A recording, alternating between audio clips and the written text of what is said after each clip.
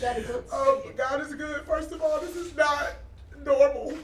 And these girls work really hard, so I know y'all are tired of me crying. But it's just when you see how hard they work, you can't help but to be happy for them.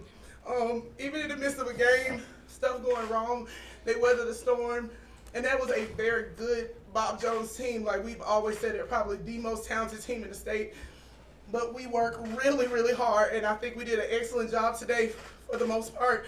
So I'm just proud of these girls, especially these seniors who get to leave out with 4 straight, and then we can continue it on. I'm just really happy and just blessed to be a part of this program.